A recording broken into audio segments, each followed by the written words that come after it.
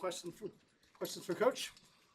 It's been a couple days, but how have you guys balanced the portal season while also preparing for a tournament here next week? Yeah, obviously crazy time preparing and doing everything to get ready for the tournament that starts on Monday. At the same time, obviously with the landscape of college basketball right now, doing a lot of work as far as trying to figure out the roster for next season and visits and Zooms and going out and seeing guys.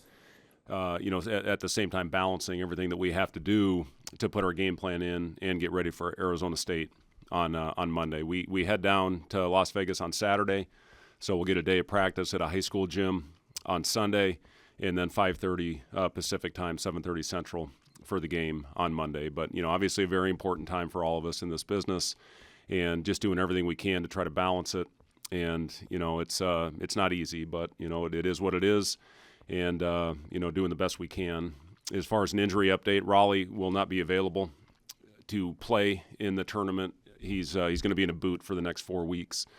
And, I know I talked a little bit about this, but Raleigh's been dealing with this injury going all the way back to December. And he's been playing with a plate in his shoe. And, he's been really, really sore. And it just got to a point to where, it's tough to put a lot of weight on it. So, the decision was made to put him in a boot. He talked about trying to fight through it, but, the best thing for Raleigh in his career is to shut him down and get him in the boot, get the recovery process started, and hopefully taken care of it. As of right now, it's not a surgical issue, and hopefully by immobilizing it, he'll be ready to go in the next. I guess he's been in the boot now for a week, so he'll have 3 more weeks in the boot and then reevaluate him. Braxton has been back on the court. He took a little bit of time off after the season to try to quiet his back down. And, he's starting to gradually get back into it. So, we'll see how he is. He'll be game time decision when we get out to Las Vegas.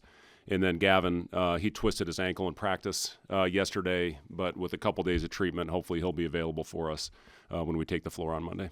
You have another ball to juggle, so to speak, with Adam leaving the staff. Yeah. Just how do you divvy up his responsibilities for this tournament, and what's the process moving forward to replace him? Yeah, it's not ideal as far as the timing of it, but that's the other thing that that we're working on is trying to make sure that that we fill that spot with somebody that can help us in all areas. I'm really thankful for Adam. This was a great opportunity for him with family in that area of the country that he just couldn't pass up on.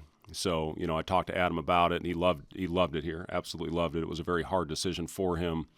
Loves the guys, did a lot of really good things for us, and we all wish Adam nothing but the best. And, yeah, it has been. It's been, the initial stages of putting a list together and making sure we find the right guy to to come in here and have connections to help us get the right players in this program. Development on the court, that's been a big part of our program. Since we've been here, since I've been in coaching, is the development aspect. So to have somebody that is well-rounded, that can do a lot of things. And again, we're going to look at a lot of different guys for that position and do everything we can to make the right hire. What else is a role in Vegas?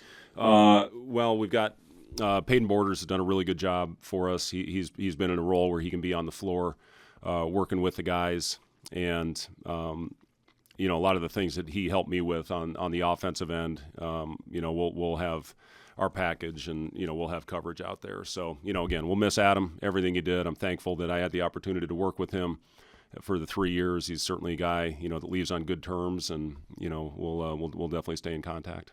Some experience you draw on from the last couple of years of going through the portal cycle and how you're evaluating guys that you're really.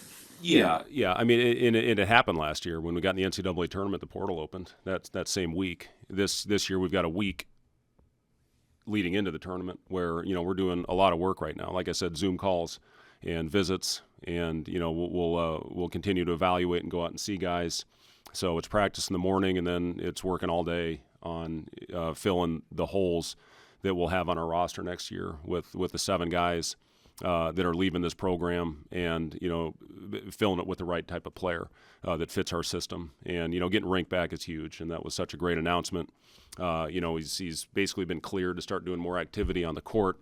He's been doing pretty much all treadmill work to this point. He is we've had to hold him back. He is just itching to get back out there on the floor, start doing some cutting, moving, shooting, stationary shooting, and get back ready in the next couple months to make the same impact that he did for our team last year. But, getting Rink back is such a huge, move, as big as any offseason move that we'll have, is getting Rink masked back on the court.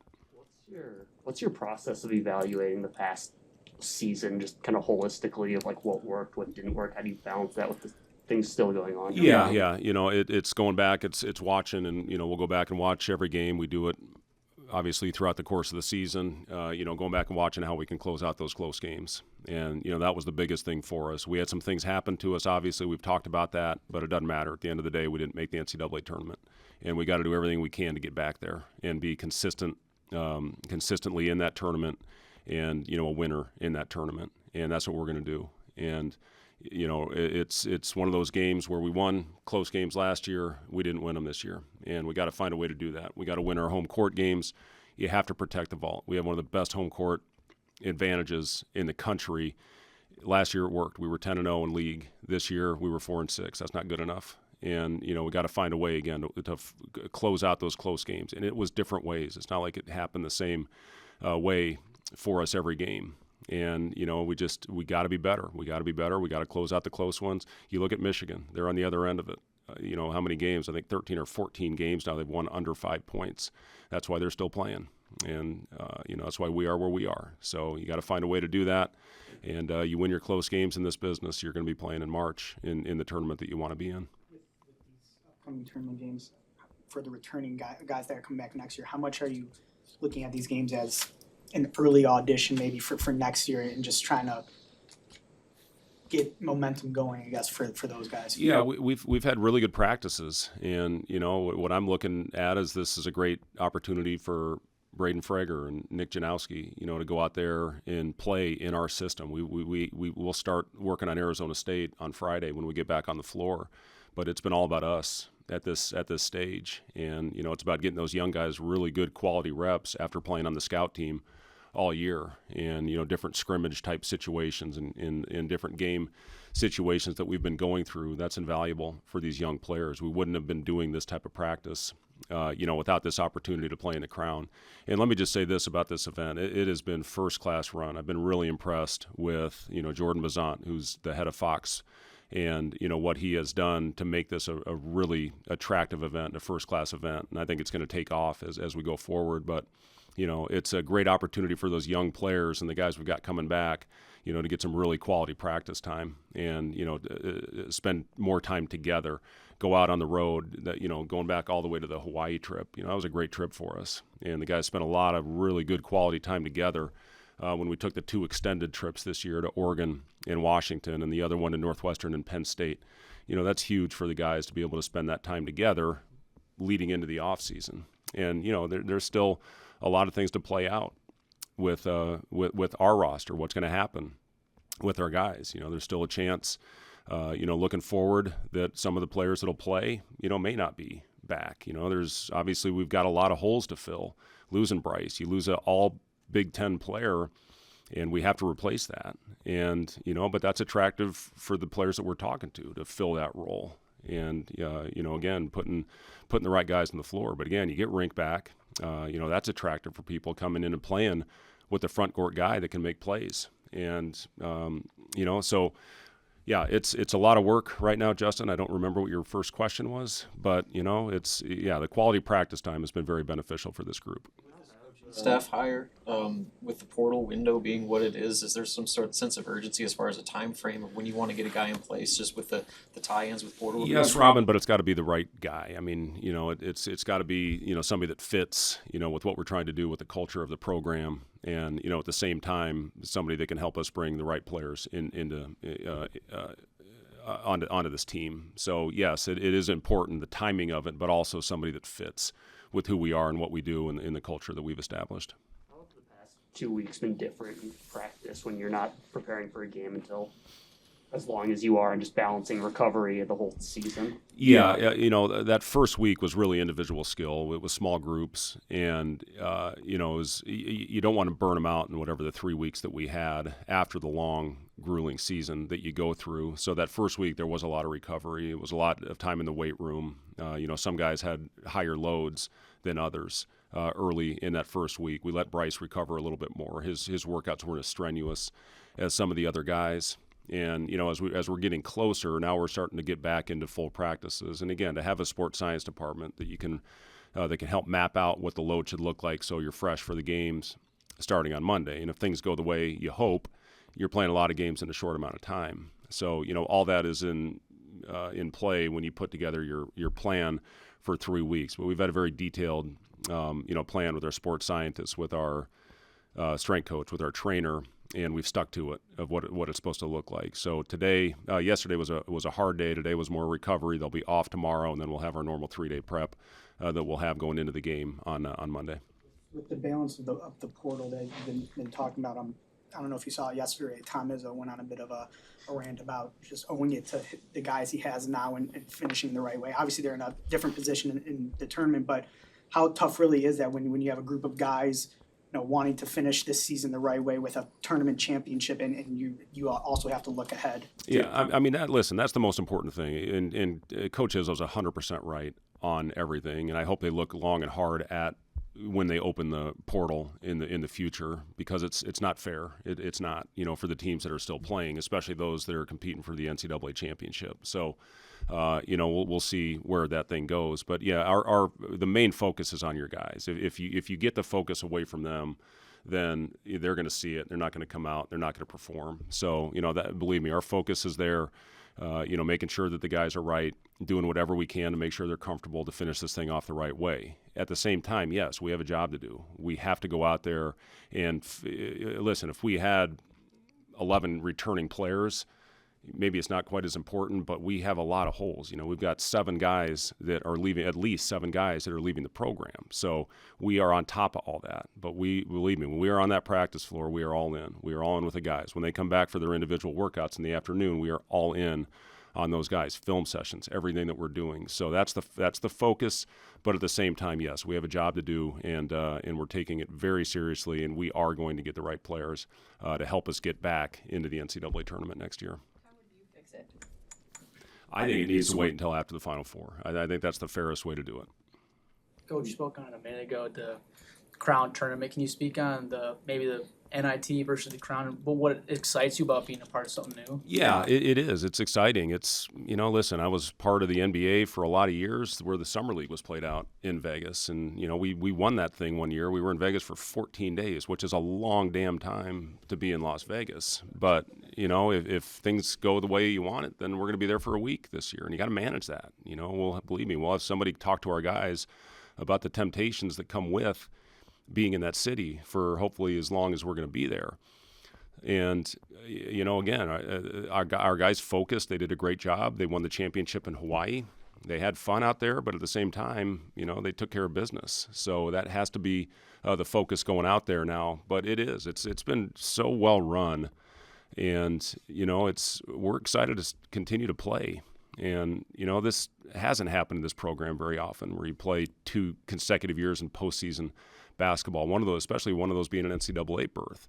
And as close as we were this year, in as many gut punch losses as we had, our guys want to go out and finish this thing the right way. So, it's, yes, to keep the focus for 3 weeks. You see guys jumping into the portal from a lot of these teams that are still playing. Even NCAA teams have guys going into the portal right now, which is crazy. Amy, to your point of, that disrupts the flow on, continuity going into the postseason, into the Sweet 16 run, and you're missing guys that have been there with your team all year long. So, yes, it's an honor to continue to play. I've said this from day one. These last couple years have been some of the most fun I've ever had in coaching because of the makeup and the character of our players. And I think you see that. We haven't had anybody go in the portal. And that's I think, a pretty good sign, that you're doing things the right way. And, you want guys to continue to play and to go out there and compete, and then we'll see what happens when we're done. But, yes, to continue to play, basketball at this time of year, And listen, we won the Hawaii championship. That felt pretty damn good. And we talked about that. There's a lot of different events out there, CBI, NIT, NCAA, Crown. If you win one of those, man, that's a hell of a feeling. And, still one of the best seasons that this program has had was winning the NIT championship. So, it's something that I think was remembered and those players were honored, and rightfully so. So, if we have an opportunity to compete for a championship, we're going to do everything we can to put our players in a great position. And, whatever the results are, we'll live with it. But, again, our guys are prepared the right way, just like they have all year. And they want to go out the right way with as many, those tough gut punch losses that we had, man. It was a hard year from that perspective. But these guys, they never lost focus. They never didn't come in with the right attitude, with the right mentality, with continuing to learn. And I give our guys all the credit in the world, man. We went through some tough times, and they've continued to come in here and work. And I give our guys all the credit in the world. To that, a lot of teams, for various reasons, after missing out on the NCAA, decided to decline any bid that they would get to any other tournament. Why was it so important to you and the guys to play in this? Well, I brought our leadership. We have a leadership group. I brought them into my office, and I talked to them. I said, "What do you guys want to do?" And to a man, they said, "We're playing. We're playing." Not one guy said, "Well, I don't know, Coach. I don't know if we should continue on with this. Maybe it's time to start preparing for the draft, or maybe it's time to go out and explore some different options." But to a man, they were great. And then they went in, and when we got in front of the team in the film room that day, after I met with the leadership group, Bryce was the one that got up and said, "Guys, we're doing this, and we're going to go out there, and this isn't 1 foot in, 1 foot out. We are both feet in, and we're going to do everything we can to compete for a championship." So again, that's a great sign for us. Other teams that decided not to play might be in a different situation. They may have known things, that half their team was going to go into the portal, or maybe they didn't have a situation where they were all going to be all in. And again, I think we'll go out there and compete, but until we get on that floor, you never know with the 3-week layoff of what you're going to look like. But it's like I said, it's been a joy to coach this group, and to have these 3 more weeks with them has been awesome. And you just do everything you can. But again, I think it speaks to the character of our guys, Amy, when you have a group that wanted to continue to compete and do it together, and they talked about that. Even Raleigh, when he shut down, he was devastated that he wasn't going to play, and he talked to the team. He's going to continue to be here and cheer him on. And it's a guy that's battled through some really tough. You look at Raleigh's numbers in November, guys. He averaged, I think it was 10-6 in that first month, and he just to play on 1 foot for the rest of the year and to take bullets like he did. I mean, that's not easy to do. I mean, he could have said, "You know what? I'm out of here. I'm going to go back to Utah," or where's he from? Montana. Anyway, but he wanted to continue to be here with the guys and continue to go out there and compete. He transferred from Utah, but it's again, I love the kid, and for what he did to battle through it, I don't think anybody had any idea how much pain that kid was in, what he competed through. So, I'm proud of these guys. Even though we're not in where we want to be and didn't accomplish the main goal that we had, these guys are still going out there and fighting. Where does that leave your point guard situation for the next week or however many games is that? Well, obviously Bryce and Aaron are 2 guys that have played that position for us. Sam, at times has brought the ball down the floor, and but yeah, I mean, our main 2 guys will be Bryce and Aaron in this tournament. What have you seen from Arizona State so far? Yeah, very talented, a team that scored over 100 points at Arizona late in the year. Played Texas Tech in the tournament, 2 games before the tournament. It was a 2-possession game with about 7 minutes left, and Texas Tech went on an unbelievable run. K-State was a 1-possession game late, so it's a team.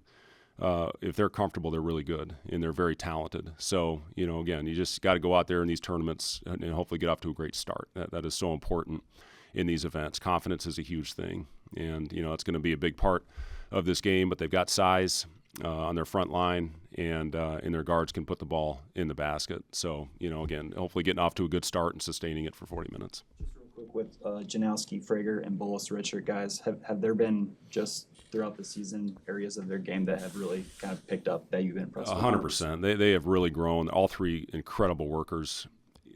Every day they are in this gym getting extra work in, and the development. This is a development year for those guys, and it went, I think, exactly how it should have. And now they're almost eligible, and they're all excited. And I talked about how fast this would go when the decision was made, which was hard on them. I think especially with Nick and Braden, they both expected to come in here and play. And I talked about this during the course of the year.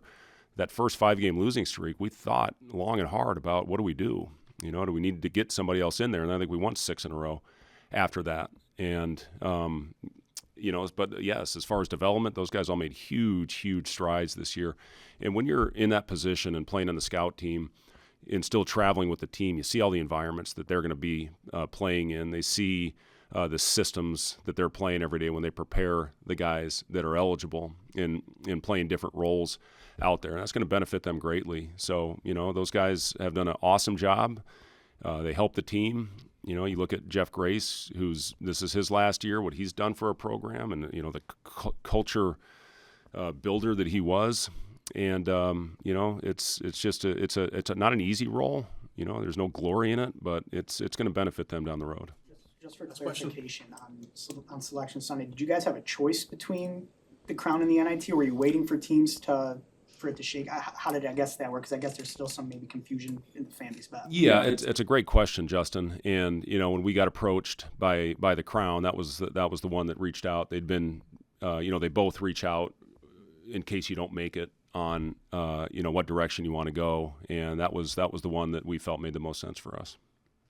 Yeah. Yes, thank you. That would be signed, but just when he arrives in June, I guess, like older freshman, and how much can that maybe help him try to jump right into things? It is important when you come in at 20 as opposed to 17, and with the experience that you've had and maybe the maturity in your body. But Quentin Rhymes he's a hell of a scorer, and he's athletic, and we're going to need some of that next year when you lose Juwan and Bryce and two of the better athletes on this team. And he can score at all 3 levels. He's a high level finisher at the rim. He's had games where he's really, really gotten it going from deep, from the outside, and he's got great length. So I think he's, able to, in our switching defense, able to defend multiple positions. So yes, excited about Quentin joining our team next year. And again, a lot of it with the size, length, especially when you lose a guy like Bryce, and the versatility that he will bring to our roster. Thanks, guys. Thanks, Phil.